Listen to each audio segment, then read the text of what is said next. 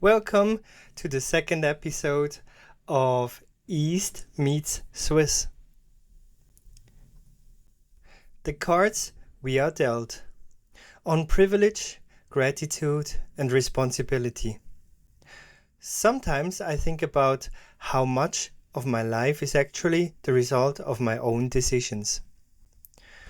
We like to tell ourselves that we shape our own lives, that we learn, we work, we make decisions, we take risks, and eventually we arrive wherever we arrive. And of course, to a large extent, that is true.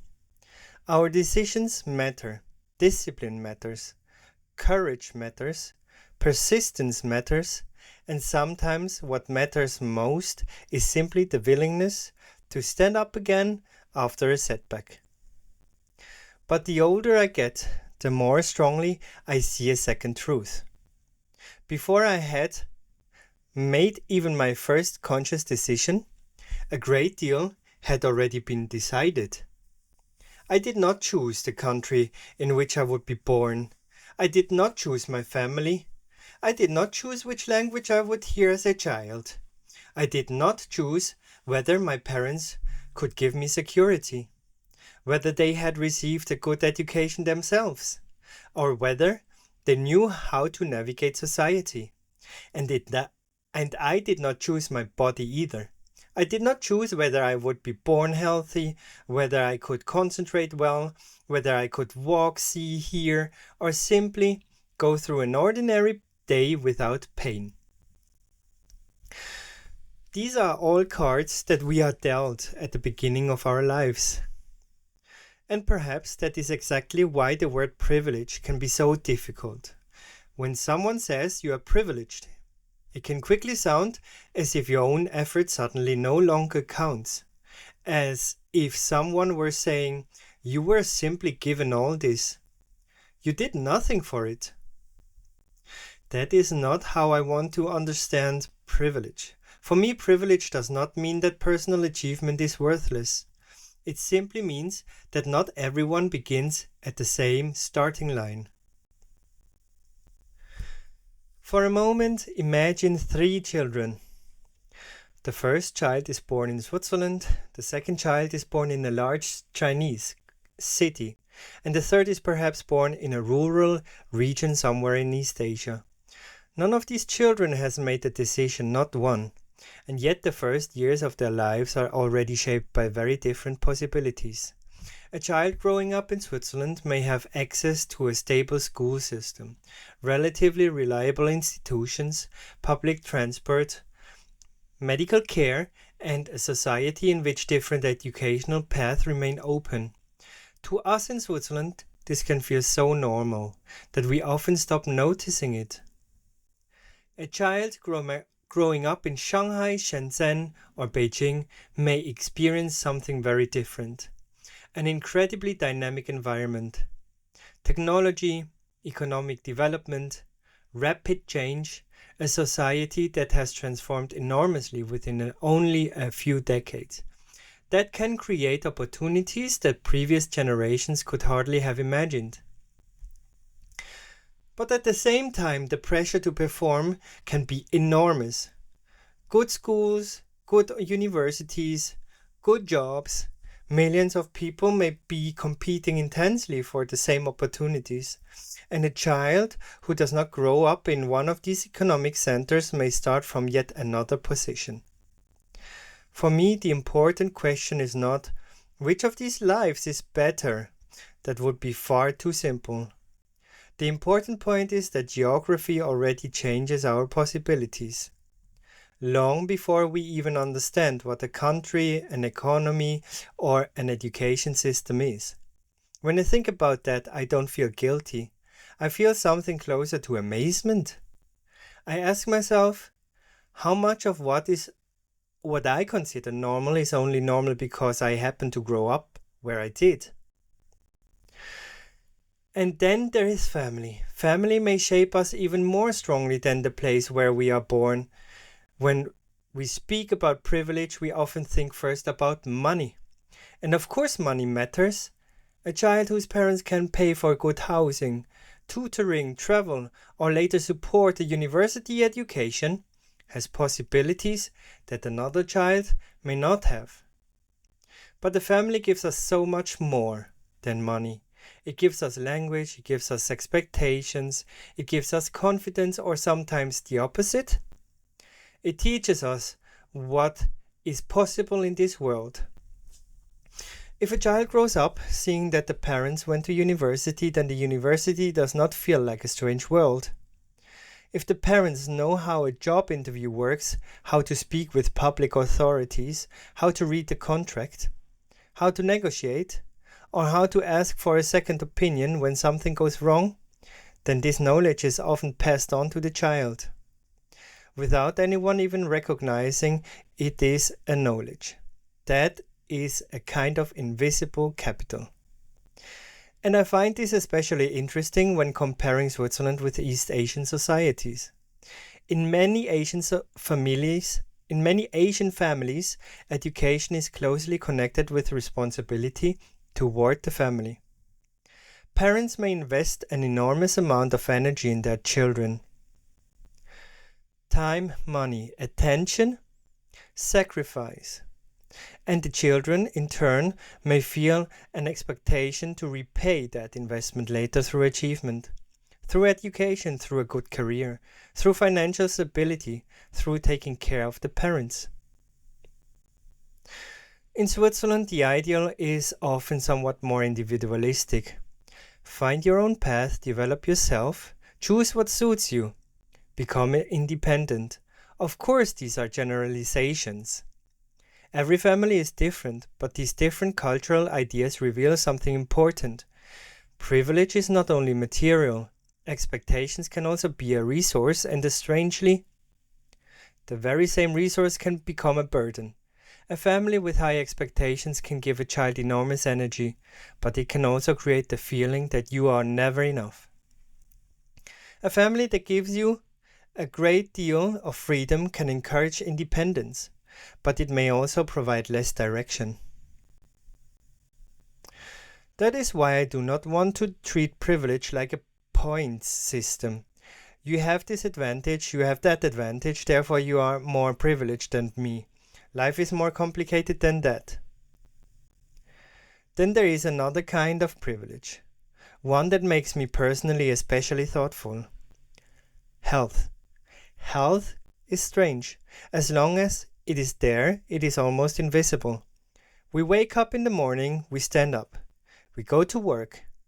We carry shopping bags. We play with our children. We drive somewhere. We concentrate for several hours. Maybe in the evening we even go for a run. And we call that a normal day. For someone living with chronic pain, a serious illness, or a disability, that same day may mean something completely different, and this is where I notice most strongly how misleading one popular sentence can be. If you really want it, you can achieve it. I understand the positive intention behind that sentence. We want to motivate people. We want to tell them not to give up, but it simply is not always true. We can influence a great deal, but we can not influence everything. Perhaps a more mature form of motivation is not anyone can achieve anything. Perhaps it is try to make the best possible use of the possibilities you have. And be careful when judging people whose possibilities you do not know.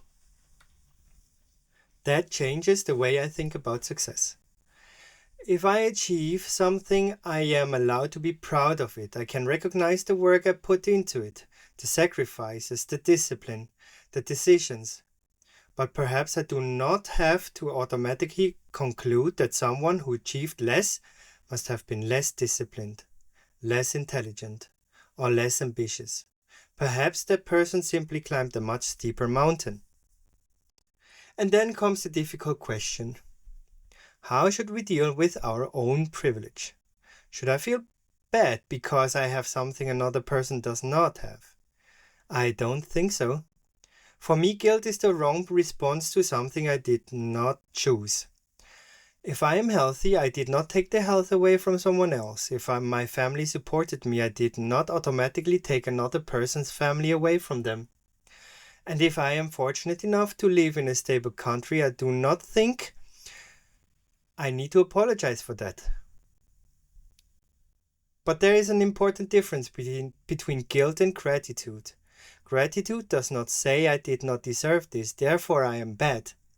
Gratitude says I recognize that this is not self-evident, and gratitude can lead to responsibility.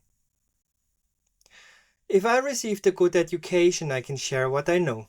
If I have influence in my professional life, perhaps I can support someone who had less access to networks. If I am healthy, perhaps I can use some of my energy not only for myself. If I am financially secure, perhaps I can afford to be a little more generous.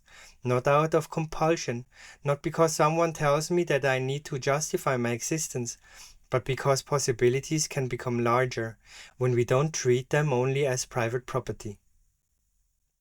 For me, this may be the healthiest way to deal with privilege. Not guilt, not pride in the conditions we happen to start with, but awareness, gratitude and responsibility. Perhaps the hardest part is not even dealing with privilege in our own thoughts. Perhaps the hardest part is talking about it with other people. What do I say to someone from a poor family when I always had support? What do I say to someone who is ill when I myself am healthy? What do I say to a migrant whose qualifications are not recognized when I can walk through the same door with a Swiss degree? I think we often make one mistake in conversations like these. We try to help too quickly. We explain, we give advice, we tell people what worked for us, and sometimes we say, I managed it too. Perhaps that is one of the most dangerous sentences, not because it is meant badly. Usually it is meant as an encouragement, but it contains a hidden assumption. It assumes that you and I had more or less the same conditions. Perhaps we did not. So I increasingly think that respect means being curious first. What was it like for you? What was it difficult for you? What might I not be seeing and then actually listening without immediately placing my own story on top of theirs? And at the same time, I don't want to turn people who had fewer privileges into victims. That can become patronizing too. A person is not only their disadvantage, a person can be incredibly strong, creative, successful, funny, interesting, and happy, even when their starting conditions were difficult. Perhaps respect means holding both things at the same time, taking someone's obstacles seriously, while refusing to reduce that person to those obstacles. Across East Asia, there are some interesting expressions that capture exactly this tension. In Japan, there is the expression oyagacha. Roughly speaking, the parent lottery. The idea is simple. Which parents we get is a matter of chance. And that chance can have an enormous influence on the rest of our lives. In South Korea, there is the image of being born with a golden spoon or dirt spoon. Again, the idea is about starting conditions. What social position were you born into? What resources did your family already have? What possibilities were available to you before you had achieved anything yourself? And in China, there has been a lot of discussions about the idea of neijuan, often translated into English as involution. It describes a form of intense competition, where people invest more and more energy. But the additional effort does not necessarily produce proportionally better results. Everyone studies more, everyone works harder, everyone competes more intensely, but because everyone is doing it, the advantage becomes smaller. What interests me most is not the terminology, it is the feeling underneath it. Many young people seem to be asking, how much really depends on me? How much depends on my family, where I live, my social network, the economy, and the point in history at which I happen to be born? And this is not only an Asian question. In Switzerland, we also talk about equality of opportunity. Education, health insurance costs, home ownership, inheritance, migration, social mobility, and whether the next generation will still have the same possibilities as the generation before. Perhaps our societies are even moving closer to one another in this particular question. Switzerland and China are politically, economically, and culturally very different, but the young person in Zurich, Shanghai, Seoul, or Tokyo can still ask surprisingly similar questions. If I do everything right, is that still enough? And at that point, a very personal question suddenly becomes political. Because politics ultimately helps determine how strongly our starting conditions shape the rest of our lives. How accessible is education? How well does healthcare work? What happens to a family when something goes wrong? How open is the labor market? How easily can somebody move upwards socially?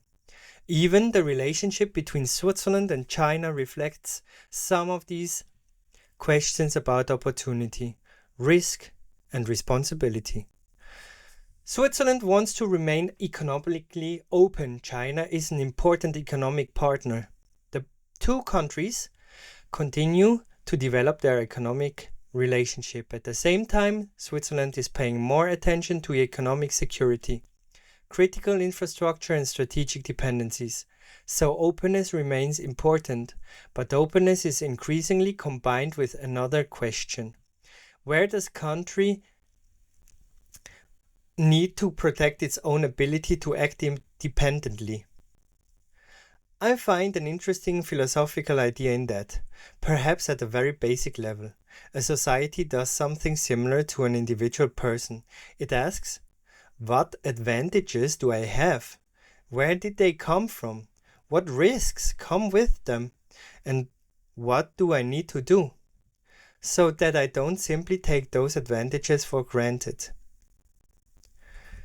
Switzerland has enormous advantages. Stability, education, international connections, prosperity, strong institutions, and perhaps precisely because of those advantages, it can afford to think about responsibility, or perhaps it even has responsibility to do so. Not from a position of moral superiority over China or over any other country, but from the recognition that countries, just like people, are playing with the different cards. When I bring all these thoughts together, I keep returning to one very simple image. At the beginning of life, each of us is dealt a hand of cards. Some cards are obviously good: health, a living family, safety, education, money, a passport that opens doors. Other cards look bad at first: illness, poverty, war, instability, loss. And some cards we only understand much later. Perhaps a difficult experience made us especially resilient. Perhaps growing up between cultures felt complicated as a child, but later gave us the ability to understand different worlds. Perhaps something we once considered a disadvantage eventually became part of our strength. We cannot choose the cards we are dealt at the beginning, but we can decide whether we notice them. We can decide whether our good cards become a source of arrogance or gratitude. We can decide whether we tell someone with worse cards how they should live their life, or whether we first try to understand what game they are actually playing. And we can decide how we use the possibilities we have. Perhaps in the end, that is the most important conclusion for me. I don't have to feel guilty about my privileges, but I also don't want to confuse them with personal superiority. I can be proud of my own effort and at the same time grateful for the conditions from which I started. I can encourage people to take responsibility for their own lives, while also recognizing that personal responsibility begins where meaningful choices actually exist. And when I meet someone who had fewer possibilities than I don't need to make myself smaller. Perhaps it is enough not to make myself bigger than I really am. Because perhaps a large part of wisdom is exactly this, to know what we created ourselves, and to know what was given to us, and then to do something good with both. That at least is the question I want to carry with me after this episode. What cards was I dealt? Which of them have I taken for granted until now? And what do I want to do with them?